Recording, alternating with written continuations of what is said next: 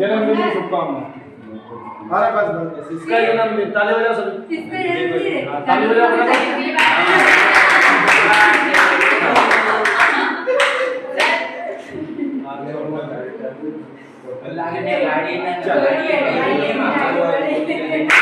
आप जन्मदिन की अगर शुभकामना देके क्लास स्टार्ट करें।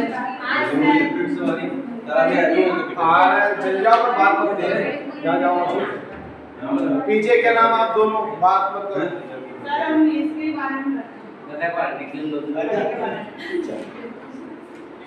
अब बात मत करना है ना, जो क्वेश्चन वैलिड रहे वही पूछना है और क्लास में ज्यादा एक्स्ट्रा बात नहीं करनी।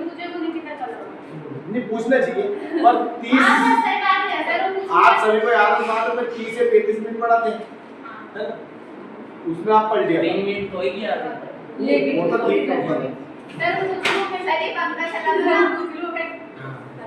बिल्कुल पूछना है पर ये मत पूछ लेना फालतू।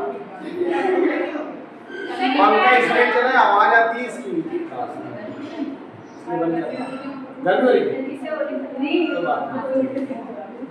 चलो आवाज नहीं। अब पिछली क्लास में क्या पढ़ा था अपन ने, राष्ट्रपति की शक्तियां पढ़ रहे हैं।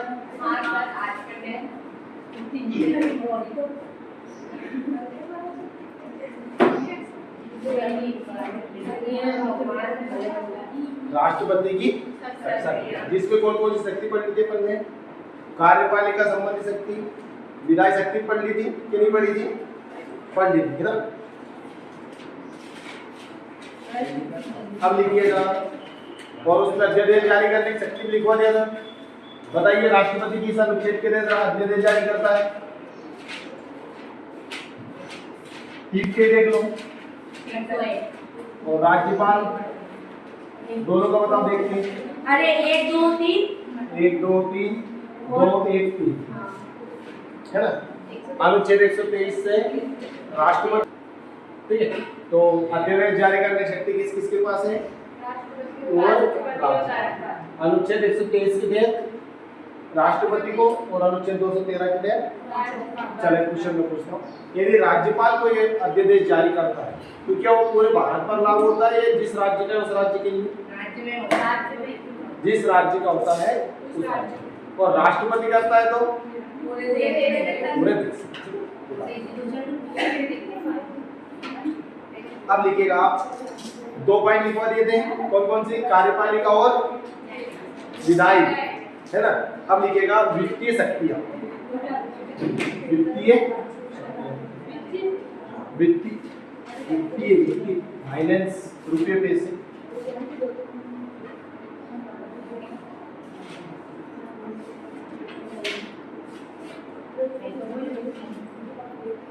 लिखो इसके आंसर। राष्ट्रपति को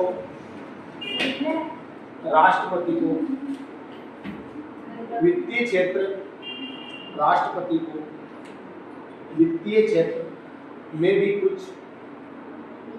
राष्ट्रपति को वित्तीय क्षेत्र में भी कुछ महत्वपूर्ण शक्तियां प्राप्त हैं।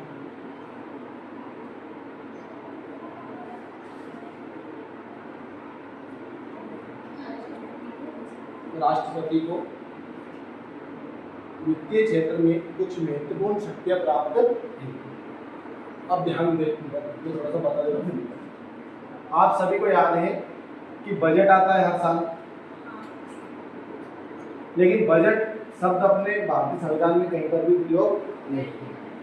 इसमें लिखा हुआ है वित्तीय वर्ष का लेखा जोखा, आय और व्यय का लेखा जोखा, अनुच्छेद 112, इसमें अनुच्छेद 112, ठीक है, ध्यान रखना। तो ये लोकसभा में पेश होता है, आप सभी को याद है। जो भी मनी बिल होते हैं, धन विधेयक होते हैं, जिनमें टैक्स की बात की गई हो, बेसिक की बात की गई हो, उसमें ज्यादा शक्ति किसको प्राप्त है, लोकसभा को। तो ये सब कौन रखवाता है, राष्ट्रपति। कौन रखवाता है, राष्ट्रपति। यानी संसद के पटल पर, जैसे बोलते हैं, पूरा 1 वर्ष का वित्तीय लेखा जोखा संसद के पटल पर कौन रखवाता है, राष्ट्रपति। और रखता कौन है, प्रधानमंत्री। प्रधानमंत्री का मंत्री कौन, वित्तीय मंत्री। जैसे आप वर्तमान में कौन है, निर्मला सीतारमण, ठीक है। तो उन्होंने बजट पेश किया। बजट बनाने की अलग प्रोसेस है, वो कभी अपन बाद में देखेंगे कैसे बजट बनता है। वो सीक्रेट बजट रहता है, लेकिन सीक्रेट मतलब सबको नहीं पता रहता है, गुप्त, कुछ कमिटी जैसा IAS IPS अरे ऑफिसर 30 अप्रैल को प्रस्तुत किया है। नहीं, पहले करते किया थे, जाता था, अब तो मार्च में किया जाता है। अब करते हैं 1 फरवरी।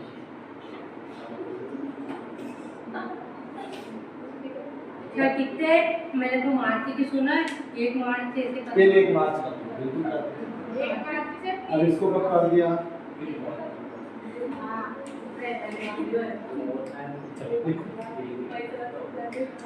लिखना राष्ट्रपति, लिखना हाँ इसका राष्ट्रपति प्रत्येक वित्तीय वर्ष के प्रारंभ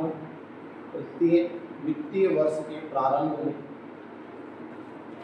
राष्ट्रपति प्रत्येक वित्तीय वर्ष के प्रारंभ में संसद के दोनों सदनों के समक्ष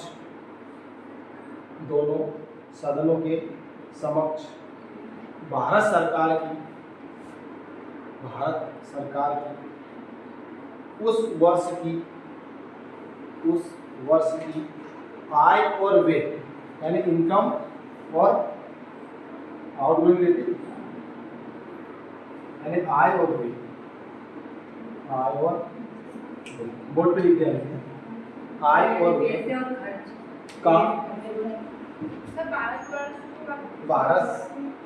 सर भारत सरकार की उस वर्ष की आय और व्यय का अनुमानित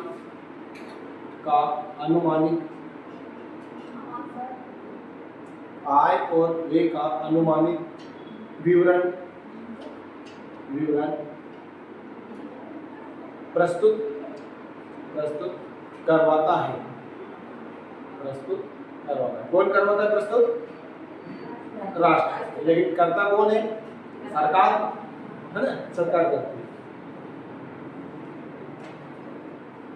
आगे लिखना नहीं चला ऐसे। राष्ट्रपति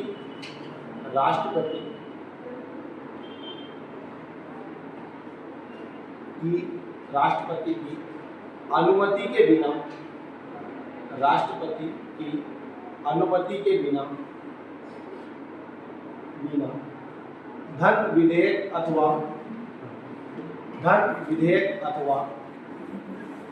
वित्त विधेयक विधायक मत लिखना, विधेयक यानी बिल, ये लिख रहा हूँ बोर्ड पे।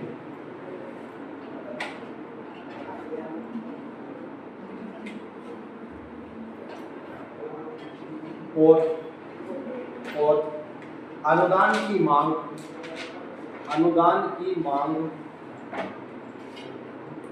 लोकसभा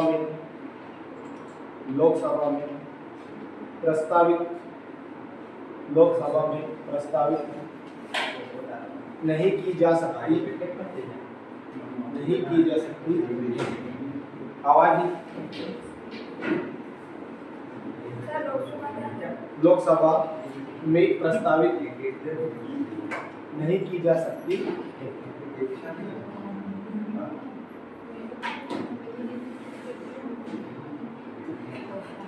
अब इसमें कुछ जैसे कह सकते हैं कि जैसे निधि होती है, एक संचित निधि होती है, आकस्मिक निधि होती है, इनका शॉर्ट में आपको बाद में लिखवा देंगे। सभी सत्ते किसके पास है? राष्ट्रपति। लेकिन निकालता कौन है उनमें से? सरकार। लेकिन संसद में बिल पारित करने के बाद मुंह में क्या रखना? नहीं, इसके मुंह में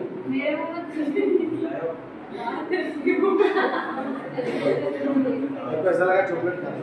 चल अगली मिलेगा न्यायिक शब्द।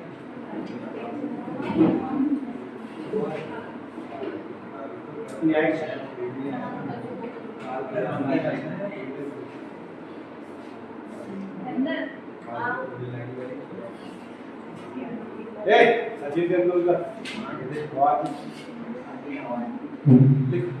न्यायिक शक्ति। राष्ट्रपति को न्यायिक शक्ति के एक तो सबसे महत्वपूर्ण क्षमादान की शक्ति प्राप्त होती है। क्षमादान की शक्ति समझते हो? अगर आपने किसी का खून कर दिया और आपने किसी का खून कर दिया मान लो और आपको फांसी की सजा है, तो आप राष्ट्रपति के पास अप्लाई कर सकते हो। तो राष्ट्रपति अगर बोल दे कि क्या जी ले अपना जीवन, तो वो माफ कर सकते हैं। लिख न्यायिक शक्ति के अंतर्गत राष्ट्रपति किन्हीं अपराधियों को, राष्ट्रपति ऐसे लिख लो, राष्ट्रपति किसी अपराधी को, कोई दिक्कत नहीं, किसी अपराधी को क्षमा प्रदान कर सकता है, क्षमा प्रदान कर सकता है, या उसकी सजा को परावर्तित कर सकता है, उसकी सजा को परावर्तित कर सकता है, कम कर सकता है, ठीक है, परावर्तित कर सकता है या कम कर सकता है।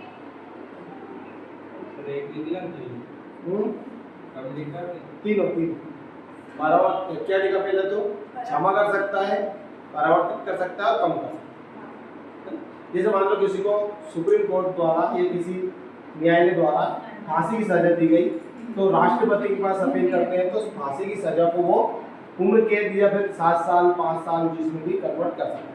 यदि परावर्तित कर दी, और अगर राष्ट्रपति का विचार हुआ जज जी ने अपनी जिंदगी, तो उसको माफ भी कर सकते हैं, फांसी की सजा को माफ, मतलब वो आजाद स्वतंत्र, ठीक। परावर्तित कर सकते हैं, अगर 7 साल की है तो उसे 4 साल की कर सकते हैं। देखो मूर्ख यह बता रहा है, पीछे क्या दिख रहा है उसके, फिर बोला सर मेरे से ऐसे बोलते हैं आप। सर मैं बताऊं कि आपने क्या बोला? हाँ। राष्ट्रपति चाहे तो वो किसी की सजा को माफ भी कर सकता है, वो मतलब कम भी कर सकता है, और वो चाहे तो समाप्त भी कर सकता है। समाप्त लिखवाया ही नहीं। नहीं। आगे लिखिएगा, न्याय शक्ति लिखी आपने, आवाज नहीं दे भाई। आगे लिखिएगा, राज्यों से संबंधित अधिकार,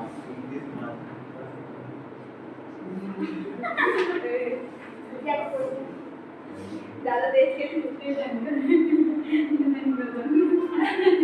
सपने की दो चले कुछ भी बोलती है लिखो, निबंध ना जा क्लास से बाहर बताओ। राष्ट्रपति न केवल राज्यों से संबंधित अधिकार, संबंधित हो सकता है, पीछे से मात्र अब बोलो ना सर, वो दांत काट नहीं जाते। किसका दांत है? हाँ पेट तो बोल दिया। देखो सीधी बात ये है, अगर कोई बोल देंगे तो कैसा जाएगी, इसलिए पढ़ाई करने आप पढ़ाई करो, नहीं तो जाओ क्लास से बाहर, घूमो फिरो बाहर, कोई दिक्कत नहीं। और फिर बोल देंगे कि नकते हो, नकते सुनते नहीं।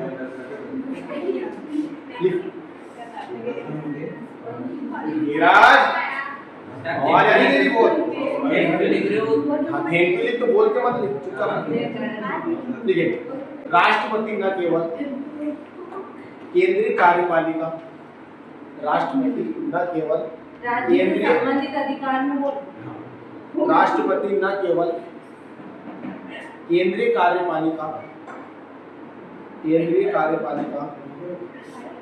का प्रधान होता है, बल्कि राज्यों एवं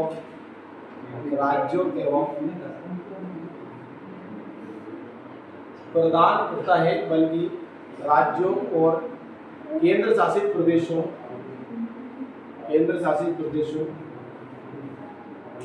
के क्षेत्राधिकार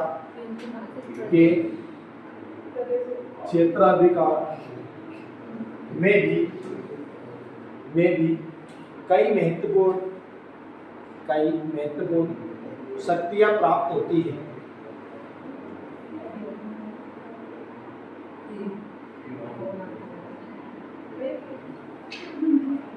पहला पॉइंट लिखो इसके अंदर का, डायरेक्ट नंबर 1 लिखो।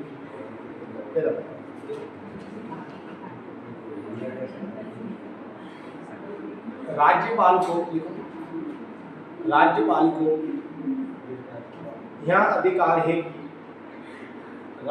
को यह अधिकार है कि वहाँ राष्ट्रपति की स्वीकृति के लिए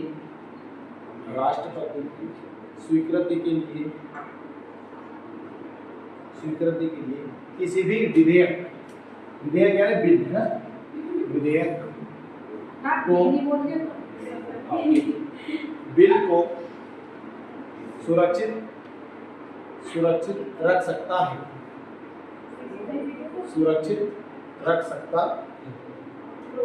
दूसरा लिखो, राष्ट्रपति को राज्यों की वित्त के संबंध में कुछ अधिकार प्राप्त हैं।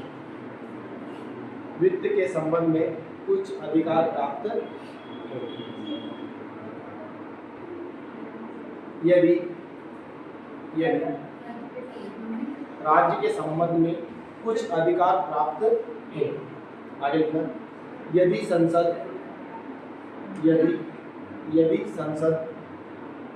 कोई ऐसा कर करंट टैक्स, ये लिखा है, यदि संसद कोई ऐसा कर लगाने जा रही हो जिससे, एक बार सुनो, यदि संसद कोई ऐसा कर लगाने जा रही हो जिससे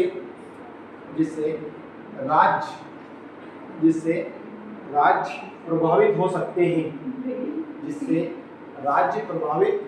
सकते हैं, तो संसद को राष्ट्रपति से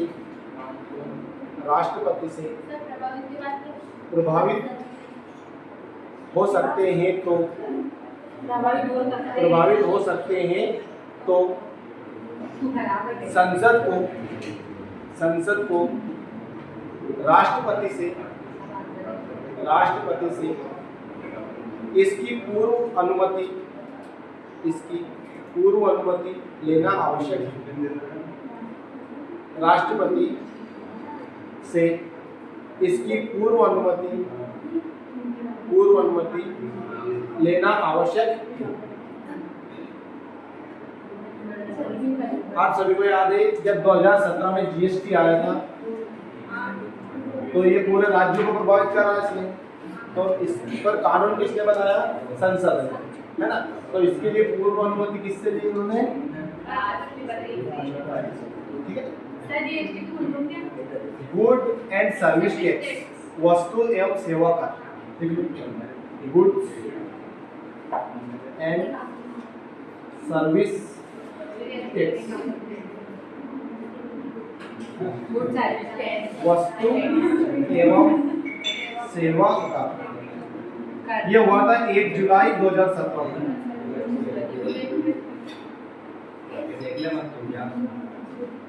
याद रखो, जीएसटी कब लागू हुई थी पूरे भारत में? 1 जुलाई 2000।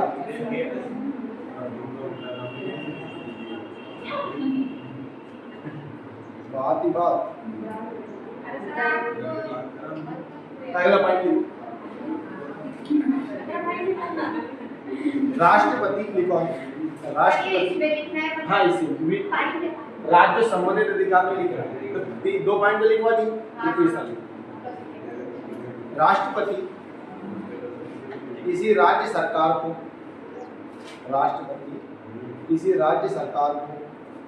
ऐसे विषयों से, विषय मतलब सब्जेक्ट यानी ये लिख रहा हूँ, विषयों से संबंधित कुछ कार्य सौंपे जा सकते हैं। ठीक है, आगे लिखो, जो साधारण रूप से संघ की कार्यपालिका, संघ यानी केंद्र है ना, संघ की कार्यपालिका। बताओ कार्यपालिका क्या होती है? कौन बताएगा? चल आयुष बताइए यहाँ ने 10 नहीं बोल दो बस तो उनका कैसे करते और याद करने में कैसे रखे दिमाग पर ऐसी सोच है ना मतलब अभी भारत देश को बहुत आगे बढ़ रहा है और अपने देश के गधे जैसे नेता शासन कर रहे हैं नहीं चलिए करेंगे मतलब उसके तू गधे कहना चाहिए ऐसा मैंने नहीं कहा नहीं सर मेरे मुझे कोई पैकेट पर था पैसे भी नहीं आएंगे मेरे पास तो वो तो वैसे ही चपटा सपन पर सोच रही होगी ये आप सभी को मैंने 2 प्रकार की शक्तियाँ दिखाई थी सामान्य कालीन और दूसरी संकट कालीन सामान्य कालीन शक्तियाँ हो गई।